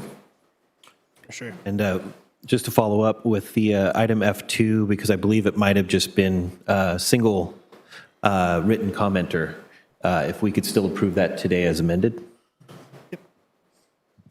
just need a first, second. I'd like to make a motion to approve item F2 as amended with the written comment indexed by name. Got a second? I'll second it. Take it to a vote. All in favor, say aye. Aye. All opposed, say nay. Motion passes. I will note for the agenda tonight, May 13th, 2026, the minutes will look the same. So I'm suggesting I'm guessing from council, assuming from council, you want it to be indexed prior to approval. All right, then you will probably see this for approval in June or so. It takes a while to do that. All right. Let's move into H, new business, report on code enforcement services. Thank you, Mayor. This is a follow-up to Councilmember Morgenstern's request on code enforcement. I do have some updates I'd like to provide, and maybe we can have a little bit of a discussion on how we're doing code enforcement right now. Probably the most exciting thing, if you want to call it that, is our use of our current building permit portal, OpenGov. So if you want to get a building permit, you go on OpenGov, you fill it out with all the appropriate information. That then sends an alert to all the different departments that would be interested in that, building, engineering, and so forth. So we're using that same model on the code enforcement. So the thought would be we direct folks who want to file a code enforcement through the portal. That would then send an alert to all the different departments that handle code enforcement. So for example, if it's an abandoned car on a street, it will go to the PD. If it's somebody building without a building permit, it will go to the building department. And then a lot of them are handled through planning. And I'll talk a little bit about that. We're just about done getting that done, working with our with Coastland Building and Engineering. And I'm pretty excited. I think it's going to spread the work out, and I think it's going to be more efficient. And I'm hopeful that it will be a better way of doing it versus bringing in a paper copy and just routing it and kind of it'll be a lot more efficient. So that's step one. That should be up and running in about the next couple weeks. It's pretty close. Also with that software program, if it is building without a permit, the building inspector can put comments in there, and the person who submitted the complaint will get updates. So it's kind of an interactive portal. And again, we use it for building permits and encroachment permits and other permits. So we've already paid for that program. We have more what they call record types. We can do this for no additional cost. That's one thing. Second thing is the associate planner does the code enforcement for planning, and he's the one who organizes all of it and routes it to everybody. It's not in his job description. So there's no code enforcement in anyone's job description at the city. And so what I'm going to propose is that we amend his job description, make it senior planner, and I'm going to be bringing that forward and include code enforcement as kind of the official, one of the official job duties as that, in that position. He's been doing it. Again, it's not in his job description. It's something that we've known for a while. He has been doing it, so we want to kind of rectify that and just and bring that forward. And I'll be bringing that forward, a lot more details on that, so you can discuss that position. The third thing that we are attempting to do now is, I mentioned this at the budget retreat, is that there's an RFP out with the cities of Cotati, Windsor, Sonoma, and Cloverdale for an RFP to see if we can get some code enforcement services. Now, the way we've structured this for our participation in this RFP is up to a certain dollar amount, but only to be used on the really difficult cases. So we may not use it at all. It was $20,000. You may recall, I don't know if you remember at all, we did have a service for $50,000 that we were using. And that was the same company that was providing the service to us are these 4 cities here. It went a little sideways. I won't, we can talk more details about that, but the service kind of ended, the company folded, and so we were stuck with nothing. And I think that even prior to that, the council had directed us to discontinue using that service. So those are the 3 things. I understand code enforcement is important. I know that. I do get complaints, and I'm cognizant of that. And, we have cobbled together what we can with what we have, and we're trying to prioritize the most severe cases first. And we have, with Alex's help, taken some to court and gotten abatement orders and liened properties. It's a long process. It's paying for a lot of paperwork, frankly. One of my thoughts on code enforcement would be, if we can work out with Recology to get dumpsters for a lower cost, contact the owners of the property and potentially get volunteers to just help clean it up, especially if they're disabled or older. And part of this RFP, I've mentioned that to the Cotati, who's leading up the RFP. That would be my vision to do it. I mean, we can spend money on paperwork, or we can spend money to try to get compliance, which I think is our ultimate goal. In the cases in the past, we have, it's 3 or 4, and Alex can correct me if I'm wrong, it's 3 or 4 notices to the property owners, and you have to give them time in between each one. Eventually, it gets into Alex's hands, and they go to court, get an abatement order. We hire a contractor to clean it up. Then we lien the property, and eventually we may get the money back, or we may not. I mean, depending on when the house sells. That's kind of the update. And Alex, I don't know if Alex is pretty good at code enforcement, and I don't know if you want to add anything to that, or just have a discussion.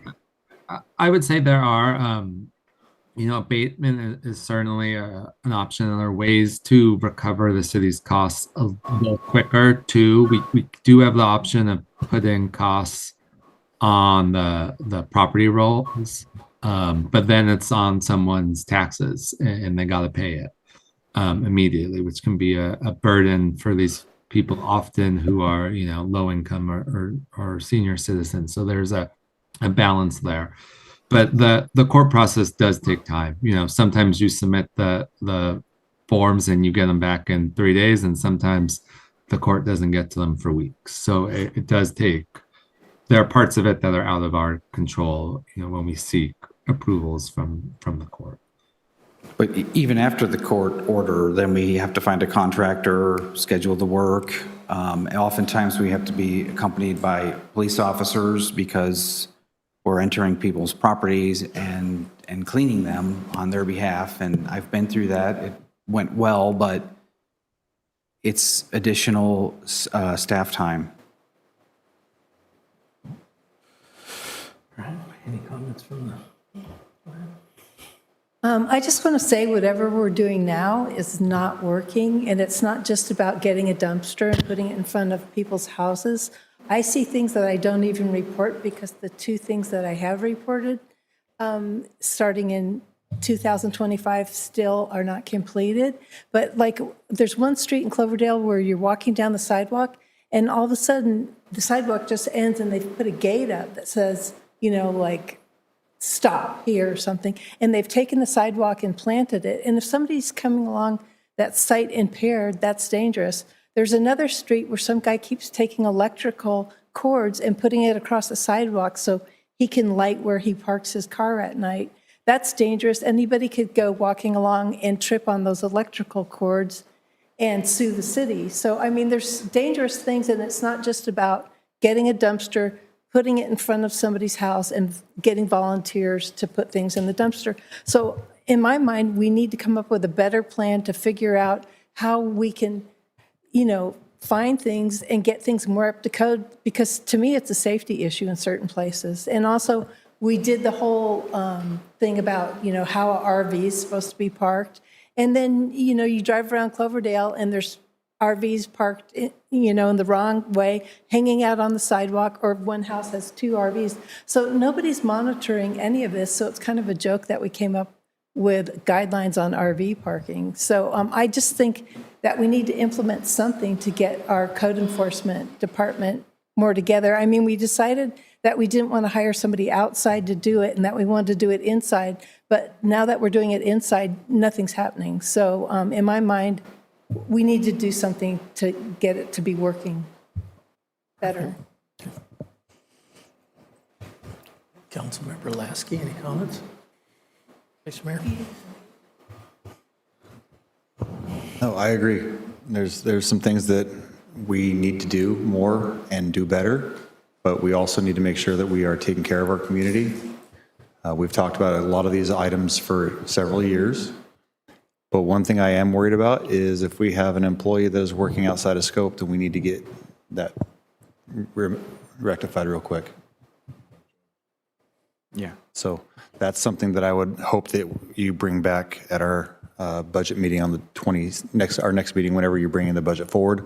That is something that we have to rectify before we are not doing the right thing. Yeah, and like I think I've mentioned before, and when it comes down into with the RFP and says contracted services will be utilized for particularly difficult or complex cases, I think we need to get some guidelines on what those exactly are.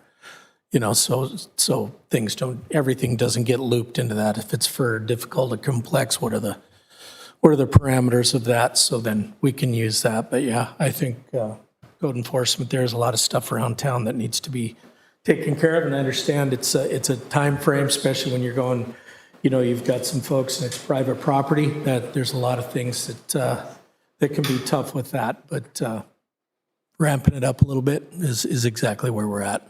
So. And that's, if you don't mind, Mayor.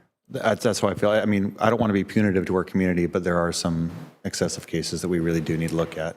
You know, broken windows, little things like that. I understand those happen, and we can't always afford to fix them.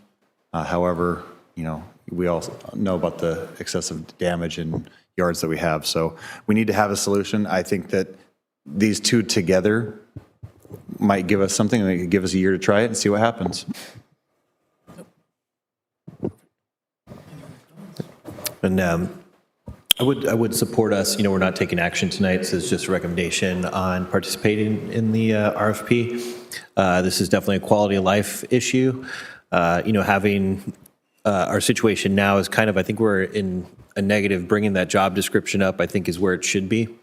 And certainly, it's, you know, you don't want to pit neighbor on neighbor to have to kind of keep complaining about something that's not going to get enforced. And, you know, I think that's when we don't have this in place, I think that's what you're going to get. So I do support it. Cool. All right. Thank you, Kevin. Thank you. All right, let's council member reports. Thank you, Mayor. Okay, pulling up my council member report. It was Monday, April 27th. I attended the Russian River Property Owners Annual Meeting. Received reports from Brad Sherwood, Sonoma Water, Philip A. Williams, attorney for the city of Ukiah, surrounding the effects of the Potter Valley project and some of the solutions that our neighbors are working on to the east and our neighbors up north to remedy a situation regardless of the outcome of the proposed decommissioning. Tuesday, May 5th, along with all my fellow council members, we had the City Council Budget Workshop. One thing that I did pick up from the workshop was our community funding. There was a lot of groups in our community that just weren't aware that there is community funding and just never put in proposals. So I think in the spirit of equity, I've reached out to a few groups and they will be submitting written proposals for funding, and hopefully we can balance out the funding equitably. There certainly is a cap on that we don't want to pull from one bucket, but I think that's what it's going to come down to make things equitable in our community. Wednesday, May 6th, was which I did not attend, but I do want to give an update. The Alexander Valley Water District, which is a proposed water district, had their LAFCO hearing, which did not pass. So they received a 2-4 vote for their proposal. I would suggest maybe in the future to the council to consider having a presentation from the Russian River property owners, and that we do, as a city, participate in this process and have those discussions. Thursday, May 7th, I attended the Zero Waste Symposium in Roder Park.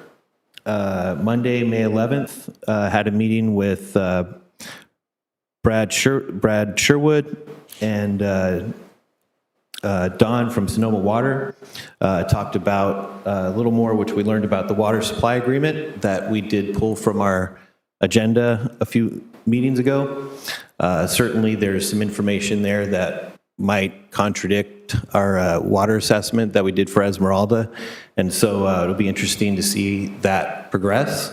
It does put us in a difficult situation that that study is going to take 6 to 8 months, and these other approvals might become before that. So I think it's important that we look at that with some scrutiny. Tuesday, May 12th, attended the Cloverdale Leadership Council that was held by the Chamber here at CPAC. Nothing to really report from that. Wednesday, May 13th, earlier today, just came from a tour of the Napa River. This was put on by Sonoma Water and District 4 Supervisor James Gore. This was surrounding the restoration that has been done along the Napa River. Sonoma Water is looking at implementing similar programs here in the Alexander Valley watershed. And what that would be is kind of creating some berms, reinforcing some berms to protect farmland, also really kind of opening up the river, allowing things to breathe, and that would alleviate some of the problems that we're having, specifically us in Cloverdale, is like our levee. And so that was one of the kind of the top 10 problems that are existing in the watershed. So I think that's something that's really it's just starting out. It's really going to be developed over the next couple years to identify the places within the Alexander Valley that can be reinforced, opened up, allowed to breathe, creating floodplains, just allowing the water to kind of create also natural habitat for all the fish species and riparian plants out there. So they're coming down the pipe. I think it would be something that our city can write a letter of support in that would give us a benefit to strengthen our levee as alleviate some of the pressure on that. And that's what I got. I attended our recent administration, City of Cloverdale subcommittee meeting as a private citizen. I also attended our budget meeting. I've been working with Hector Galvin. He's the superintendent of Public Works and Parks. We've created together some big, more permanent tick warning signs that are going up in our various parks. And we picked out different locations, and the signs are going to be in English and Spanish as well. And we've also been researching different ways to keep people safe around wooden picnic tables, and Hector's going to buy some cedar oil and spray it under the tables to keep ticks away from our picnic tables.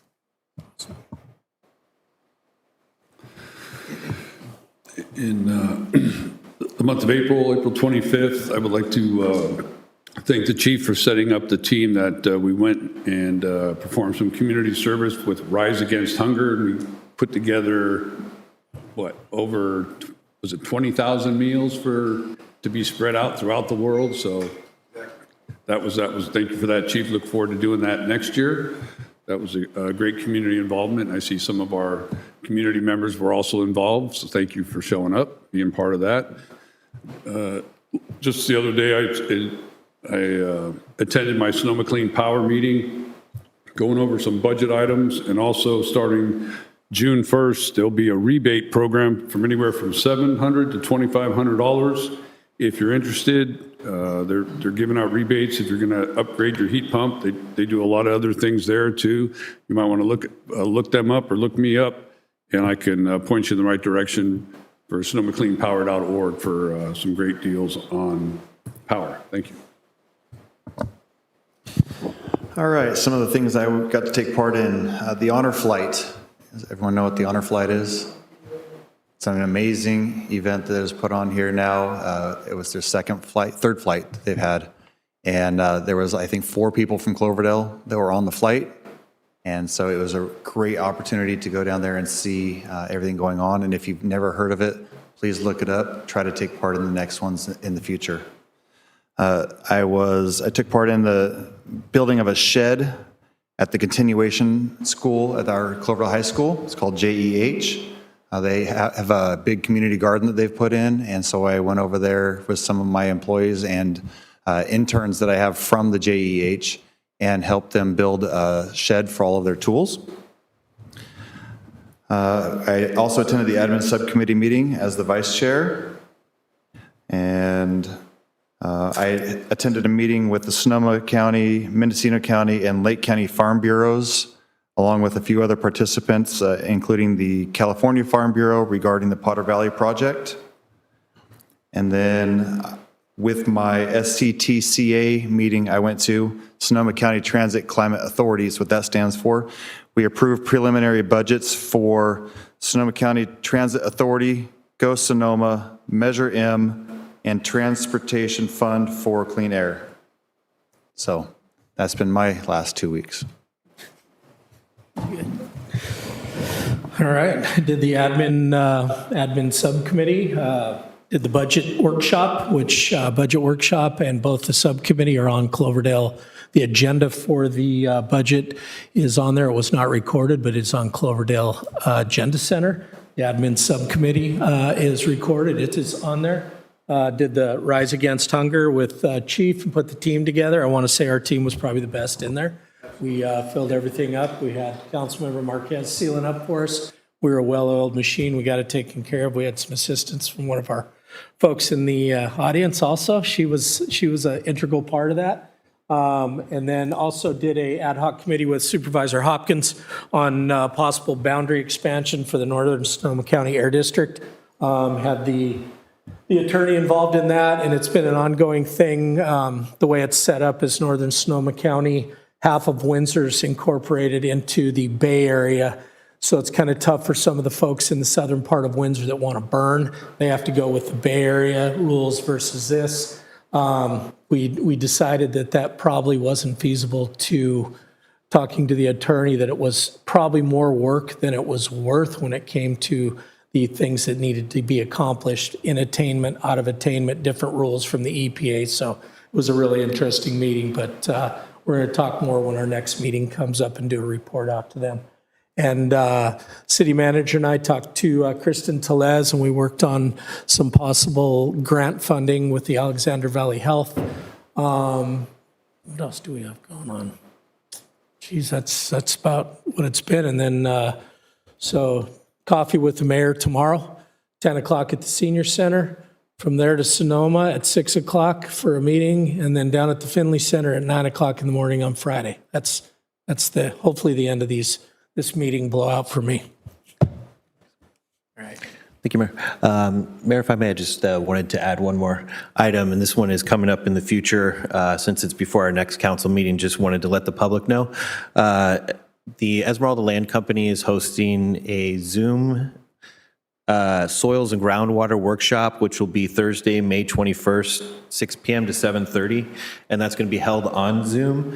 You can you can register for that meeting by going to esmeralda.org/soils-groundwater-workshop, or just Google Esmeralda Environmental Workshop.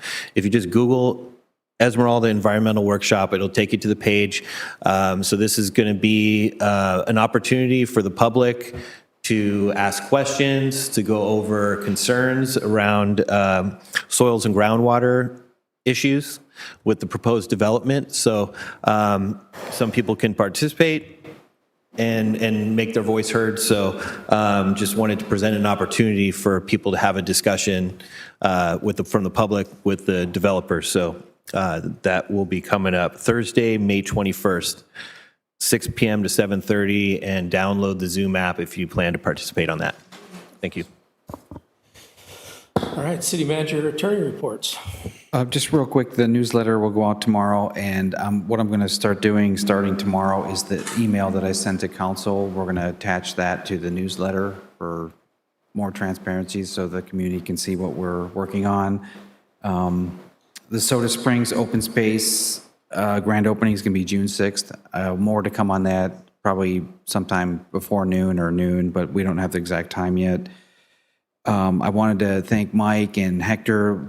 We've put a sign up at the future site of the community garden that with a QR code, and if you're interested, so it says future home of community garden, click here or get in touch with us. So thanks, Mike, for doing the graphics on that. Looks really good. Last thing is Friday Night Live is beginning early this year, so it'll be a week from this Friday, the 22nd. All right, got any council direction on any future agenda items? Thank you, Mayor. I got 3 items here. First one is to have a presentation from the ECO Group. This is the Equity Community Organization. They've been meeting here in Cloverdale once a month. This is trying to get some language justice for our Spanish-speaking community. This is headed by Amy Ramirez of the Healthcare Foundation, and so the request is to have a presentation from that group. Anybody from council agree? They're local. Yeah. Yep, sounds good. Okay. Future agenda item right there. Since we reached consensus, can you clarify the group for the record? It's the Equity Community Organization, presentation by Amy Ramirez of the Healthcare Foundation. Thank you. And second item would be to get a quarterly update by David Manning of IRPA and the proposed NERF. This would be a quarterly update on what's happening with the Eel Russian Project Authority and the proposed new Eel Russian facility. Presentation by David Manning, or quarterly updates. Would they be coming up here for that? Yes. Okay. What do you think? Request someone besides David personally. Sherwood? From, Brad Sherwood. well, that was part 2 of the ask, is that, so these are 2 separate items, but Brad is involved in the other item. So this was sort of getting updates also through Sonoma Water from Brad Sherwood and Don. So that would be a Sonoma Water thing, and then David would be representing NERF and IRPA. If there's another representative from NERF that if you don't have any issue with NERF doesn't even exist yet, so it's a proposed thing. So it would be from the Eel Russian Project Authority regarding the proposed NERF, but absolutely all those things. I'd also like to see Don Seymour, if we can get Don Seymour as well. So yeah, then so just to break it up in the 3 requests. So there was one was the IRPA presentation, quarterly updates, and then the other one was Don Seymour and Brad Sherwood with Sonoma Water. So those, quarterly might be a tough thing in my opinion, and we're not going to discuss here, but I think that might be, maybe it's just a presentation by them for an update. Yeah, and that was the idea. We could start with one. They did offer to do quarterly, so that is on the table, and we do have the ability to get quarterly updates. And if, if things heat up or there's some new things coming up, then, maybe we can bring it up to that frequency. So those would be the two separate ones. One's Sonoma Water and one is Eel Russian Project Authority. Sounds good. Let's do it. You're on board? Yep. Just to clarify for the record, do you want it to be quarterly or just start with an update and? We can start with, I think the proposal would be I just don't want it for the record that it's going to be a quarterly thing. Yeah. Yeah. Okay. And that's for both, so just for the record, Councilmember Marquez requested an update for the Eel Russian Project Authority, ERPA, and the proposed new Eel Russian facility, NERF, and also requested updates from Sonoma Water. And you had specific names in mind. Can you repeat those? Yes, for the Eel Russian Project Authority, that name that we have currently is David Manning. And for regional water efforts through Sonoma Water and Sonoma Water Happenings, we got Brad Sherwood and Don Seymour. Perfect, thank you. And that, all three of those items received consensus for the record. All right, thank you. Adjourned at, for the record, 8:01.